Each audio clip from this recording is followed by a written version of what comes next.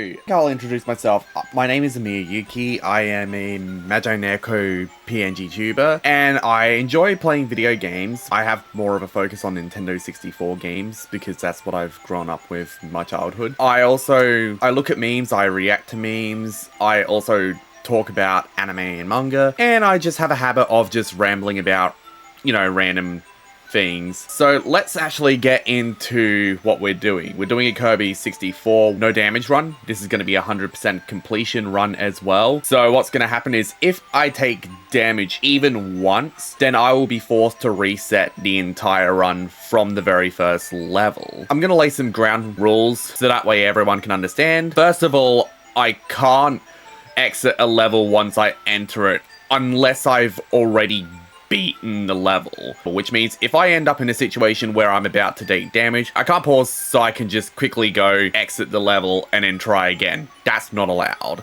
The second rule is that there are certain copy abilities that will grant us invulnerability. Those abilities are not allowed unless they are specifically used to acquire a crystal shard, of which there are 72 to collect throughout the whole game. So once again, we can't just use certain abilities to just completely cheese the run. That's not allowed. And also then, as mentioned before, we take damage once, we have to restart the entire save file from the beginning. Those are kind of like the three main rules. However, one rule we are allowing is because there are certain levels which require actually taking it in a copy ability that isn't actually available in the level, we are allowed to go back to prior levels in order to acquire the necessary ability to acquire said crystal shard. So we are allowed to backtrack to a level, combine two abilities, gain that ability, and then exit the level, but only if we've completed that level beforehand. So yeah, that's all the rules. Let's actually start the run, and we'll see how we go. I know how to use Kirby's copy ability, but for those of you who do not, we'll just go through the entire tutorial area. So B buttons to inhale, and then you press B to exhale, or spit out the enemy, whatever you want to say. As I can say, you can also swallow the enemy. And then there are certain abilities that grant you power-ups, such as this Fire Galbos. If you swallow it, you gain that copy ability. There is actually another mechanic to certain enemies. However, we'll get into that a little bit later. You can also lift the copy ability, and then you can just kind of throw it with B, or you can just use the C buttons to throw it upwards. You can also then, this is probably a mechanic exclusive to this game, or at least exclusive in this form. You can combine to get a power combo, or as I like to call them, hybrid abilities or mixed abilities. So with Fire and Needle, you get a flaming bow and arrow. Now, not every single mix ability is created equally, so there are obviously some copy abilities that are going to be better than others. But obviously, we're not going to allow the admittedly really overpowered ones. That's just not allowed.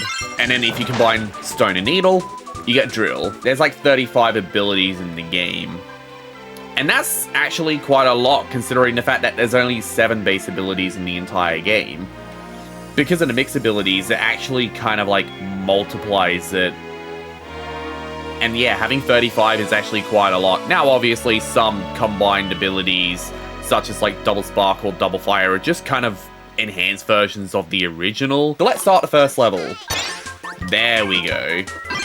This gives us the Flaming Sword. This is probably one of the best early game abilities. It doesn't have like absurd range, and there's our first Crystal Shard. So that's our first Crystal Shard.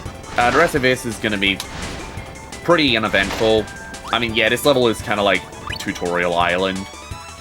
And where's the first enemy going to spawn? We're just going to do this. Yeah, this protects us from overhead attacks, making this this is probably one of the most versatile abilities in the entire game.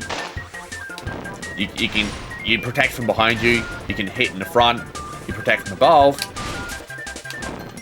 and yeah, it actually had some pretty good range, all things considered. This actually makes it a surprisingly good early game. Yeah, they give you like one of the best abilities in the entire game. Super early on. And then, yeah, we're just not going to bother with this.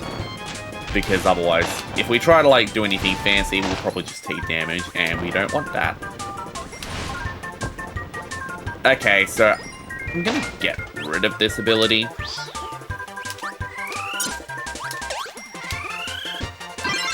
And we get Bomb, because we need this to actually get another ability.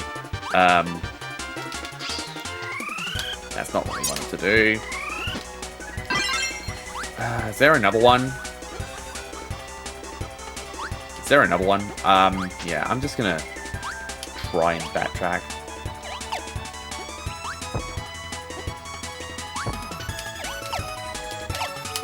Don't get hit, don't get hit, don't get hit, don't get hit. I'm gonna go like that and then see if I can get a better angle. No, that doesn't work. Okay. Well, we'll just try and do it this way. Jump down. Oh, that was so close. Well, that's a reset. I really wanted to get a combination of fire and bomb, because that's like one of my favorite abilities. Attempt number 2. Let's actually not make a stupid mistake this time. I should also show like another mechanic. I mean, there are certain enemies you can carry around, but like, yeah, there are certain enemies. So some enemies actually have additional properties outside of just attacking. So like, I'll probably show you soon. I'll probably get rid of this ability. Oh, so that's what I wanted to show. Whoops. We'll do that event. We'll do that later. And then we can just hold the sword like that, and then it just kind of stun locks you. I don't think we're ever going to take any damage on that mini-boss. Yeah, this game is not built for going through quickly. This game is more of like a slower, methodical game. It's not built for just like trying to blitz through it.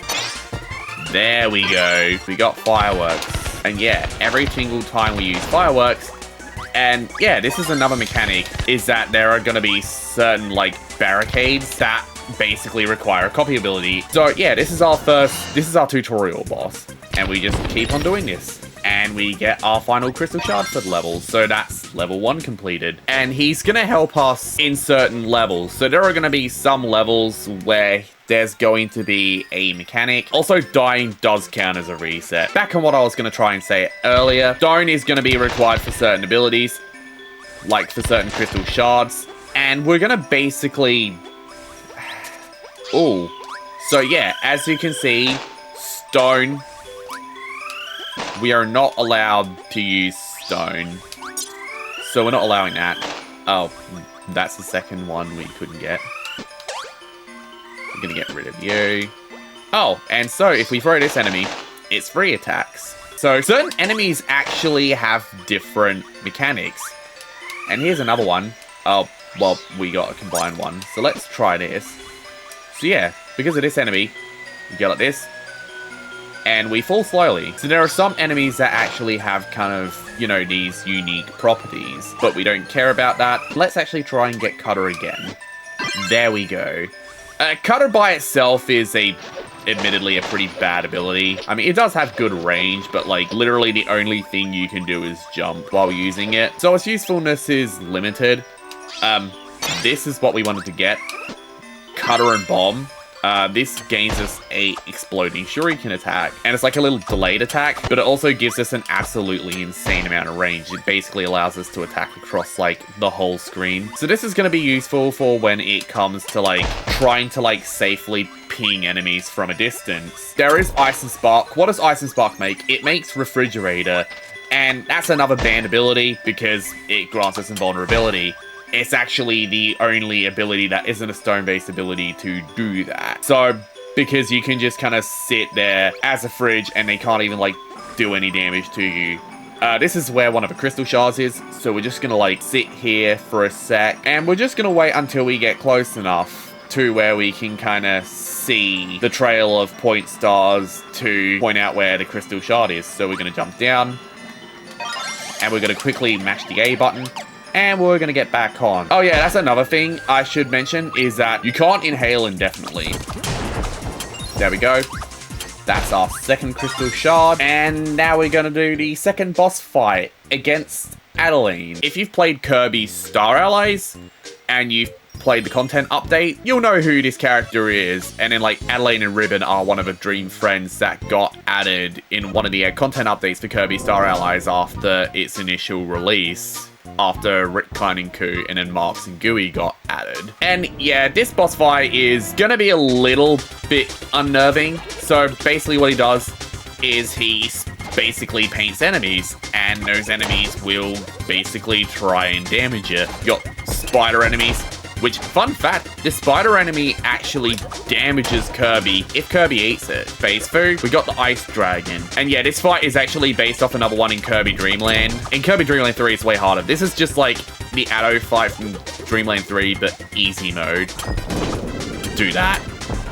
And yeah, because that's why Cutter and Bomb are so ridiculously good. They kind of they stall your fall. And so you can just kind of like stay in midair and kind of ping the same overhead, like airborne enemy over and over and over again. There is actually going to be a situation where you're going to need double Cutter to get a crystal shard, because there is actually a pure green block. However, Cutter Fire and Cutter Bomb are not actually enough to get that ability. In fact, none of the actual hybrid abilities are actually necessary, and damn you, you actually blocked that. And yeah, this is King Dedede's castles, and we get out. And let's go. So this is the second ability that is going to be mandatory for gaining a crystal shard. And it's just Big Cutter. It's just a giant boomerang. Nothing special. Really, it's just bigger, and that's all that matters. We're going to fall down here, and as you can see, we needed to get this crystal shard. Adelaide, it's going to paint us a 1-up. The 1-up is totally pointless because you know why. At this point, this is the second crystal shard, just kind of chilling there for some reason. And this is a room that kind of showcases why Kirby 64 is such a unique game still to this day. It's just a fully cylindrical room. So you've got just this room that's like one big cylinder. And yeah, I would actually really love for Kirby, like 2D Kirby, to actually do this again. I mean, yeah, it might actually kind of cause Crystal Shards to kind of lose its identity. But like, I just want like something special. There's King Dedede. This is my favorite King Dedede design of all of them. And I do really appreciate that the Forgotten Land, the Dedede design in Kirby in the Forgotten Land, and then Return to Dreamland Deluxe kind of used this design instead of like the more modern one. I actually prefer this over the Smash Brothers one that they came up with. So what we're going to do is we're going to go like this. And we're just going to like chip him. And now he's going to float. And we're just going to do this. And we're just going to stand there. We're going to like end up just doing that. This is easily the simplest boss fight in the entire game. This boss fight's an absolute joke of a boss. Because he's meant to be based off of the boss fight against King Dedede in Kirby's Dreamland 3. Except that I think the difference between Dreamland 3 and Crystal Shards is that this version of the Dedede fight just makes it so like attacks stun lock him. As opposed to Dreamland 3 where they didn't. The first major boss fight of the game against Wispy Woods. And this is easily the best theme song in any Kirby game ever. Like, how, just for the sheer epic value alone. So what's going to happen is, we got 3 Wispy Woods Juniors, and Wispy Woods will try to, like, spit apples at us.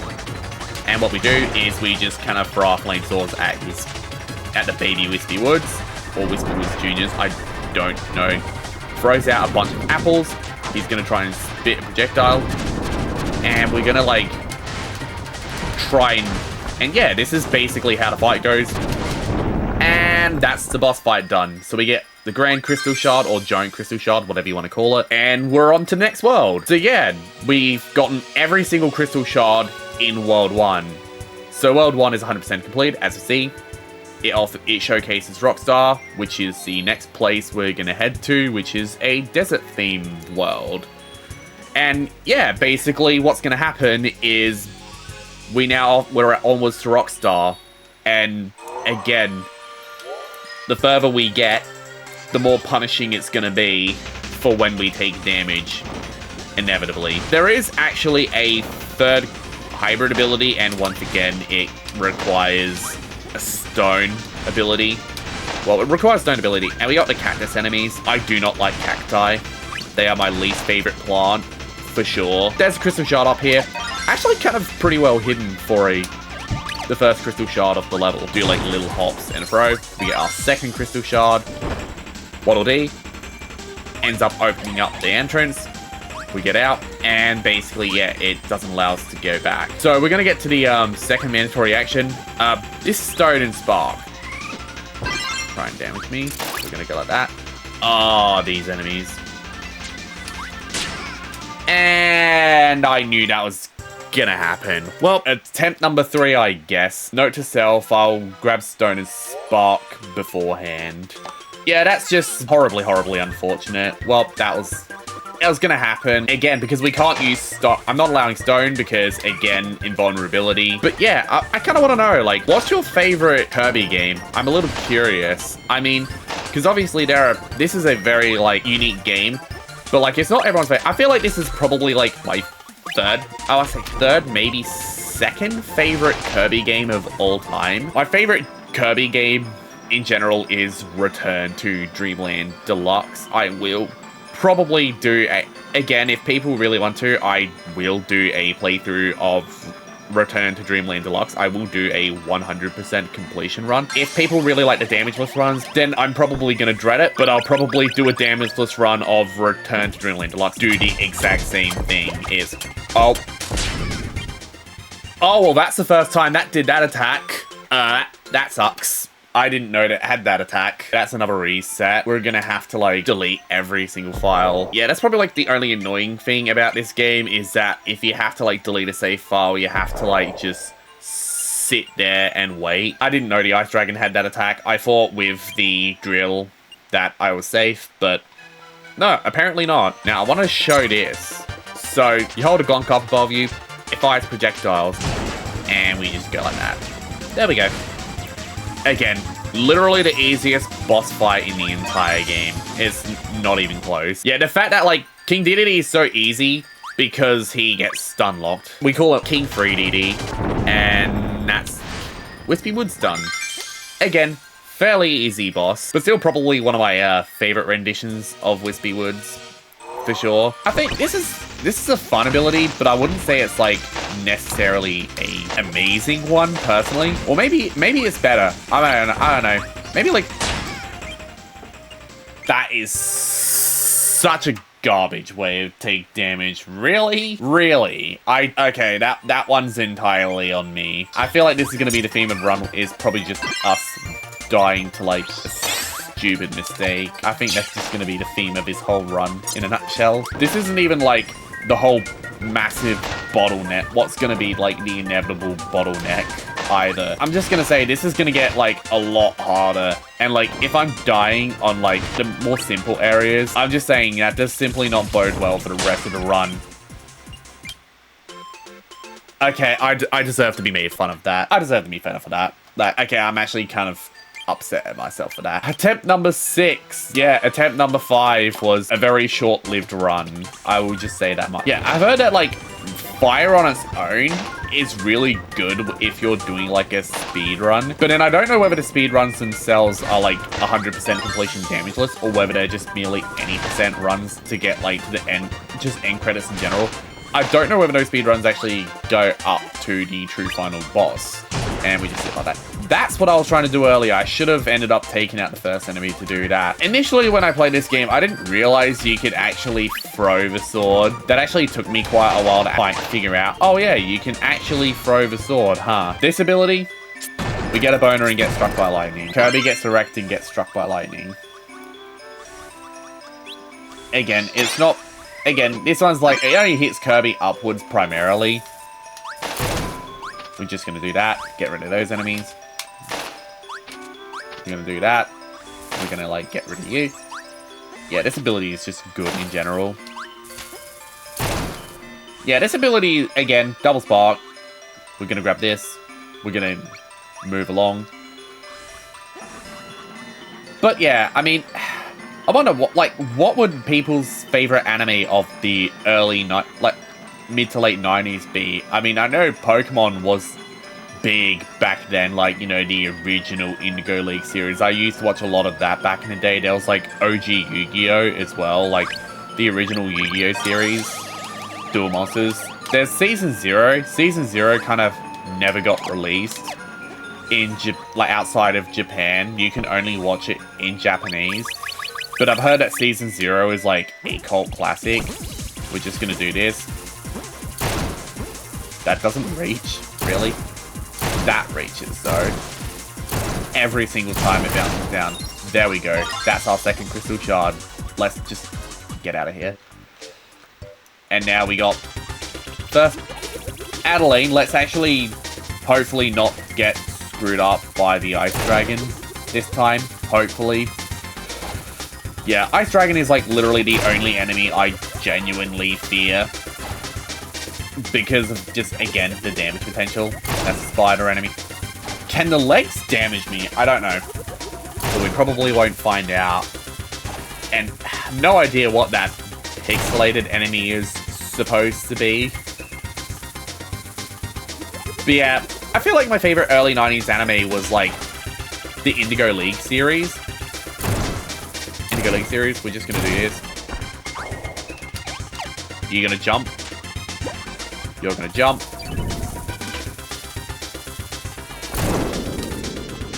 Yeah, again, I'm playing around and jump this time. I'm not taking risks. I'm gonna move that, and I'm just gonna sit here. There we go. Yeah, that one is so much easier in comparison. We get rid of Adeline, and he's gonna spit that out. And we're gonna grab the copy ability. Gonna skip the cutscene. And yeah, honestly, I'll probably just skip the enemy info cards at this point. There's like no reason to grab them because they just don't add anything of value. Anyways, double spark. Gonna do this. And yeah, basically, I mean, double spark is just, again, the versatility really helps it. Yeah, I feel like at the end of the day, Fire and Spark, by the way, they meet. Kirby disrupts a piece of paper on his head and sets himself on fire to damage enemies above him. Yes, it doesn't actually damage enemies to the side of you, it damages enemies above you. So it's actually a really garbage copy ability. It's actually not a good one. I mean, it's not the worst one in the game, though. The worst one would have to actually be Fire and Ice. It does absolutely nothing. And, like, to be fair, like, it's just like, well, what do you expect from combining literally two polar opposites? But then you could also kind of describe, you know, Crystal Shards as kind of Kirby's copy ability testing grounds. Because, you know, yeah, Fire and Ice might have been a joke, but when you melt fire with ice, you get water. And I feel like that's kind of like how water came to be.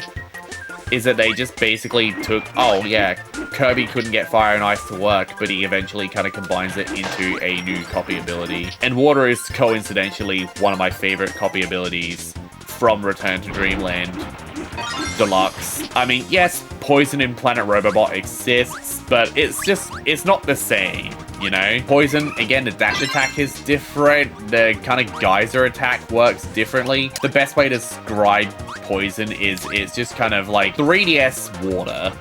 Because in Triple Deluxe, they could not get water to work because water is supposed to kind of like seamlessly blend in. On the 3DS, like, it wasn't capable of something like that. So every single time a water projectile from Kirby or a water Galboros will hit a water surface, what would happen is the game would just crash again because the 3DS rendering couldn't take it. Basically, what happened was they just kind of like gave up on trying to add water, and then in Planet Robobot, they basically decided, oh, why don't we make like a different version of it called Poison? And so they ended up kind of making Poison instead. And that's the next final Crystal Shard of a level. New PB, let's go. I think there are actually like 2 instances where you actually have to use Stone and Needle. And there's you. That's our first Crystal Shard. We're just gonna like... There's this. Nope. Oh, I saw that happen. The moment I ended up going up, I knew it was all over. I knew it was all over. That sucks. Well, you've reached the end of this video, so why not like the video and leave a comment, as it helps out the channel a lot. And make sure to subscribe to the channel and turn on notifications so you don't miss out on the next video. Also, follow me on Twitter and Twitch, as I post daily on Twitter and I stream all this content live on Twitch. Links are in the description below. But for now, thank you so much for watching, and I hope you have a lovely day.